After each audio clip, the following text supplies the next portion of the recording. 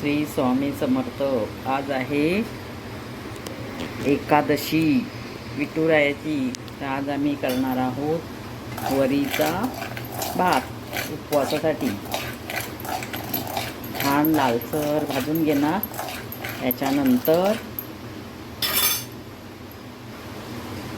बघा छान भाजलीत ना, सुंदर. इकडे मिरची कापून ठेवलेली आहे. आता करणार आहोत वरीचा भात.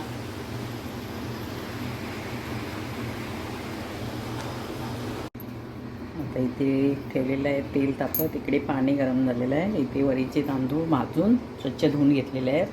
त्याच्यामध्ये टाकणार आहोत थोडंसं जिरं.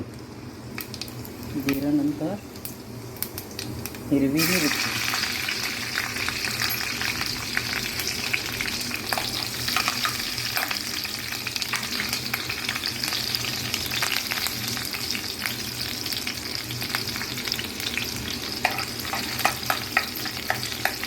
हिरवी मिरची छान भाजली ना, त्याच्यामध्ये तुम्ही तेल टाकू शकता, तूप टाकू शकता.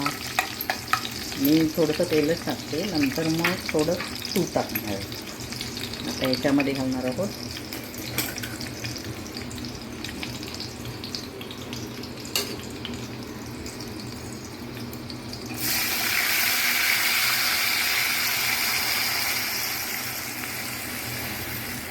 पाणी. अंदाजे आपल्या किती तांदूळ आहेत त्याच्याप्रमाणे पाणी. ही फोडणी आहे तयार. तर फोडणी तयार झाली आहे. पाणी उकळलेलं आहे. त्याच्यामध्ये घालणार आहोत बटाटा स्वच्छ धुवून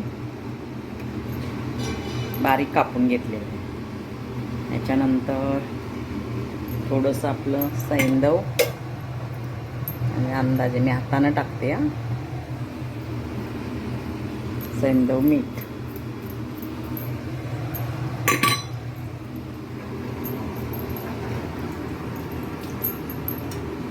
नंतर याच्यामध्ये शेंगदाण्याचा कूट आहे. चांगले भाजून बारीक करून ठेवलेला कूट शेंगदाण्याचा.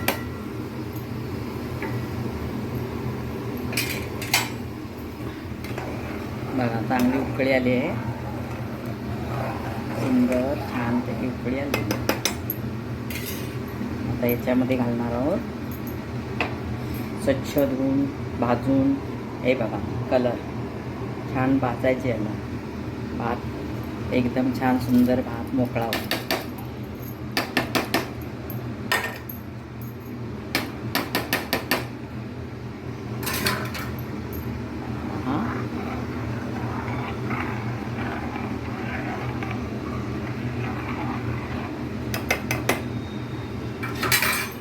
त्याच्यामध्ये टाकणार आहे आता 1 चमचा तूप. मी थोडंसं तेल टाकते फोडणीला. नंतर मग थोडं 1 चमचा भात, 1 चमचा तूप टाकते. आता छान आता उकळायला लागले. जास्त वेळ नाही लागत त्याला, 5 मिनिटांमध्ये होतो भात.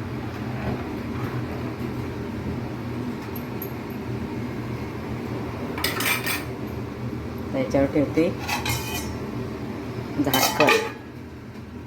5 मिनिटांनी परत बघते.